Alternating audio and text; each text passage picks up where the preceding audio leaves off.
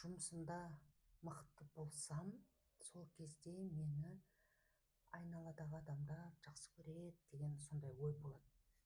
Немесе мен бизнесте табысты болсам, сол кезде мені бәрі құрметтейтін болады, мені бәрі жақсы көретін болады деген осындай ойлау қателіктеріне бой алдырады. Бұндай ойлау қателігі адамға өзінің кедергісін келтіреді, өзінің бір қиындықтар тудырады, ауыр эмоциялар тудырады. Адам сонда қандай да бір табысқа, жетістікке жетуде өзінің сол күрделі ауыр эмоцияларын қамтамасыз етеді. Яғни мынандай графикпен салайыншы. Мынау график. Мына жер 0, иә. Мына жер 10 табыстылық, успех, табыстылық, успех дейін, яғни жұмыста болсын, бизнесте болсын. Жұмыста, бизнесте. Егер мен табысқа осы дәрежеге дейін жетсем, мені барлығы жақсы көретін болады.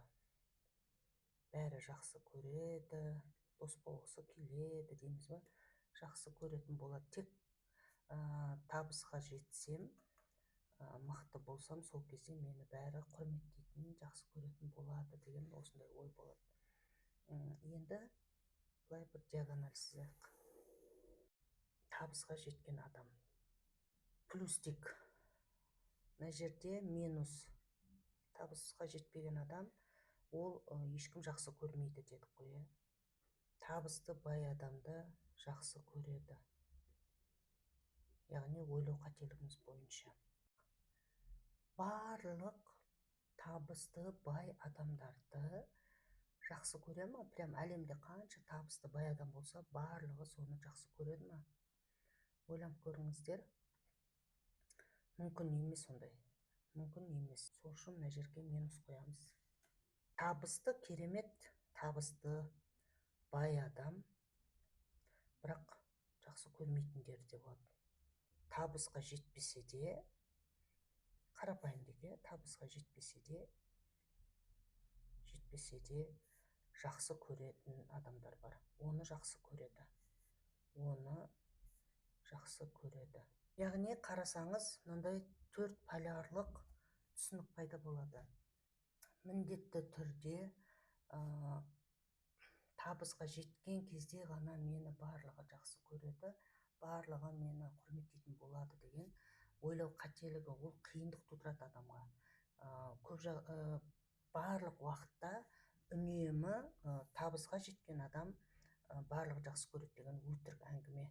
Кейде табысты бай адамдарды жақсы көрмейді. Және табысқа жетпесе, ешкім жақсы көрмейді деген осындай ой болады да, ол да өтірік. Табысқа жетпесе де, оны жақсы көретін адамдар болады.